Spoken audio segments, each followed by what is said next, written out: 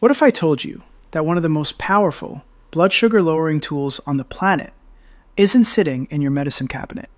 It's sitting in your refrigerator.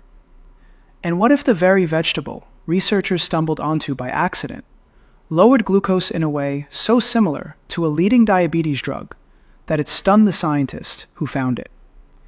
I'm Dr. Arthur Clark, and on this channel, I spend my time translating real medical research into plain language for people who actually have to live with their numbers. Because here's the truth that doesn't get said enough. What's on your plate can move your blood sugar in the same week, sometimes the same day, that you change it. Before we go further, do me a favor. Comment your age below and tell me one vegetable you already eat most weeks. I read these, and they tell me who I'm really talking to. Let me anchor this in evidence right away.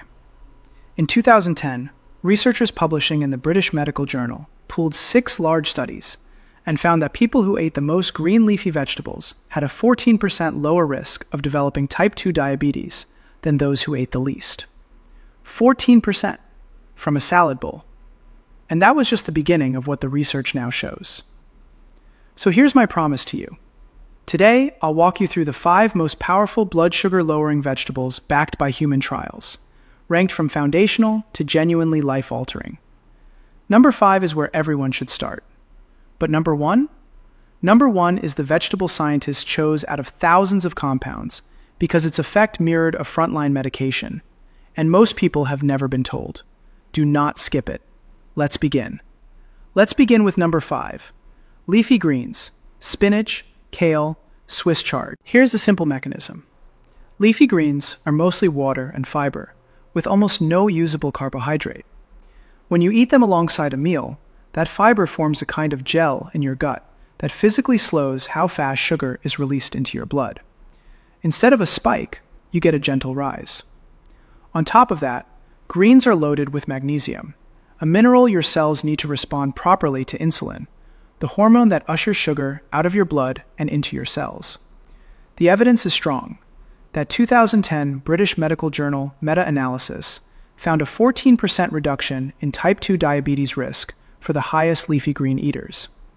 A separate 2014 analysis in BMJ Open sharpened the picture. Even a small bump, about a fifth of a serving more per day, was tied to roughly a 13% lower risk.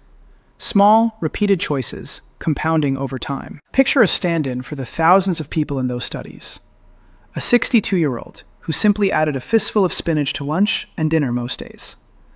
No new pills, no gym membership, just a quiet, consistent shift on the plate. The kind of change that nudged risk downward across entire populations. Now, age matters here. After about 50, your muscle mass starts to slip. And muscle is where most of your blood sugar gets stored. Less muscle means glucose has fewer places to go, so it lingers in the blood. Magnesium-rich greens help your remaining muscles stay insulin sensitive, which is exactly why this becomes more important as you get older, not less. Implementation costs you nothing extra. Add a handful of any leafy green to one meal you already eat today. Frozen spinach works just as well as fresh and costs less. You don't have to like salad. Wilt it into eggs, soup, or rice at the end of cooking. And here's your first synergy tip. Greens pair beautifully with number 4 on this list. Eaten together, the fiber from both slows your meal's sugar release even further, a 1-2 punch. But leafy greens are the foundation. What comes next actually drove blood sugar down in a controlled trial, and it's a vegetable most people boil the life out of. Stay with me. Cut open an okra pod and you'll see it. That slippery, almost slimy texture people either love or hate. That slime is soluble fiber and a substance called mucilage, and it is the whole point. In your digestive tract, it traps sugar and slows its absorption, blunting the after-meal spike. Researchers also believe compounds in okra help your cells take up glucose more efficiently. This is where okra earns its spot, because the human data is direct.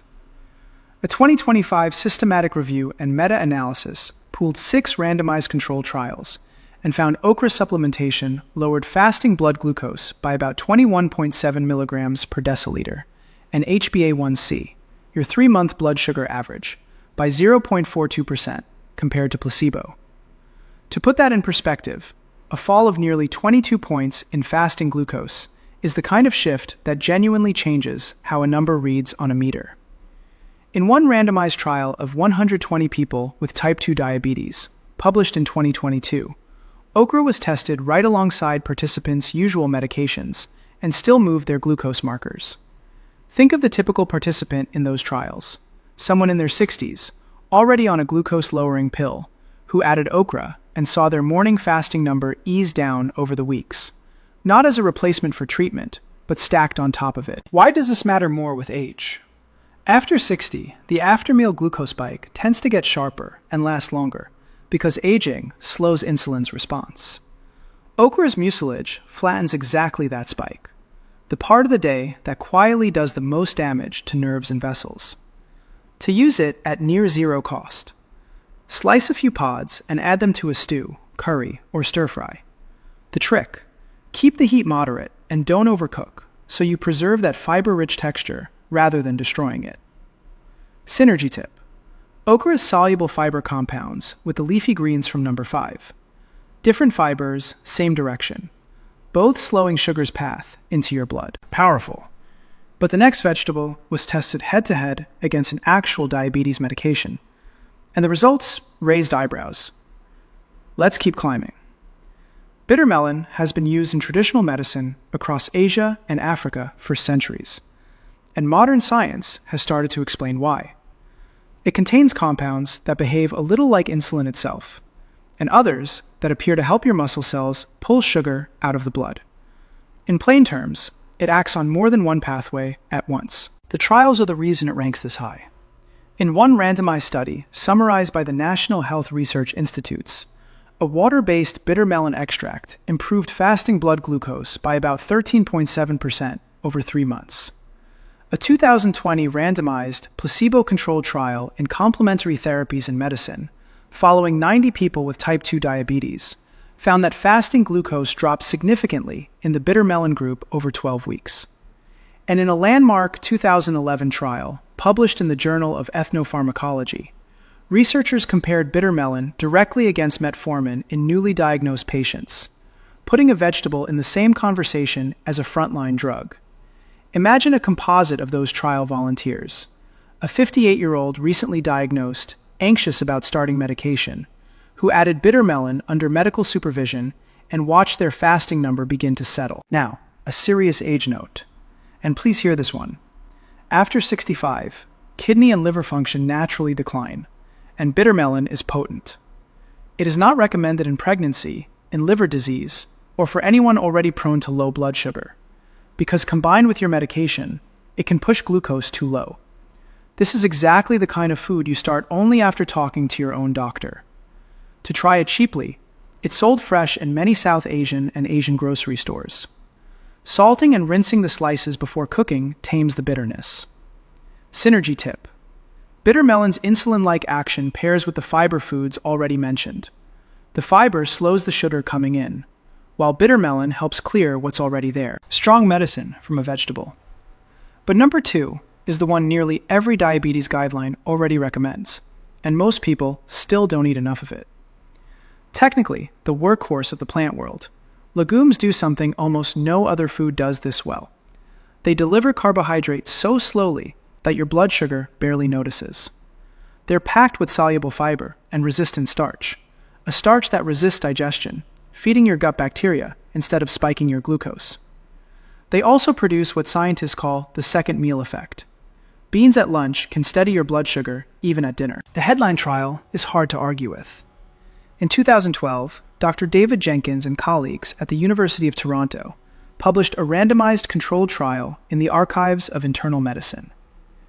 They had 121 people with type 2 diabetes at least 1 cup of legumes a day for 3 months. The result? HbA1c dropped by 0.5 percentage points, and, bonus, systolic blood pressure fell by about 4.5 millimeters of mercury, cutting their estimated heart disease risk too. A half point of HbA1c from beans alone is a meaningful, drug-comparable move for a food you can buy for pennies. Picture the typical person in that Toronto study. A 67-year-old swapping some of their white rice or bread for a cup of lentils each day. Not eating less, just eating smarter. And seeing both their sugar and their blood pressure ease over a single season. Age context. After 60, heart disease becomes a #1 threat for people with diabetes. Legumes are rare and hitting both targets at once, glucose and blood pressure, which is why they matter more in your later decades. Zero-cost implementation. Dried or canned beans are among the cheapest foods in any store. Rinse canned ones to cut the sodium. Start with half a cup added to a meal you already make. Synergy tip. Combine legumes with leafy greens from number 5. A lentil and spinach bowl stacks 2 fibers and a dose of magnesium in one cheap, filling meal. So that's the vegetable the guidelines already love. But number 1? Number 1 wasn't chosen by tradition. It was chosen by a computer scanning thousands of compounds. And it changed how scientists think about food and diabetes. Here's the story that earns broccoli the top spot. A team at the Lund University Diabetes Center in Sweden mapped the genetic signature of type 2 diabetes, then screened thousands of compounds to find one that could reverse it. The winner wasn't a drug. It was sulforaphane, a natural compound concentrated in broccoli, broccoli sprouts, and other cruciferous vegetables like cabbage and Brussels sprouts. What makes it remarkable is the mechanism. In type 2 diabetes, the liver overproduces sugar. It keeps dumping glucose into your blood, even when you haven't eaten. Sulforaphane switches down that overactive sugar production. And here's the striking part. The researchers reported it did so by a magnitude similar to metformin, the most prescribed diabetes drug in the world, but through a different pathway. The human proof came in 2017, published in Science Translational Medicine. The team gave 97 patients with type 2 diabetes concentrated broccoli sprout extract daily for 12 weeks. In the obese patients with poorly controlled diabetes, it significantly reduced fasting blood glucose and HbA1c versus placebo. A 2025 follow-up from the University of Gothenburg in Nature Microbiology extended the work into prediabetes, finding measurable fasting glucose reductions there too. This matters enormously because roughly 15% of people with type 2 diabetes can't take metformin due to kidney problems, and they need other options. Picture a composite of those Swedish trial patients. A 64-year-old whose fasting numbers wouldn't budge, who added a daily dose of concentrated broccoli sprouts, and finally saw that stubborn morning reading come down. Age note. Liver overproduction of glucose tends to worsen with age, which is the exact problem sulforaphane targets, making it especially relevant after 60. Implementation.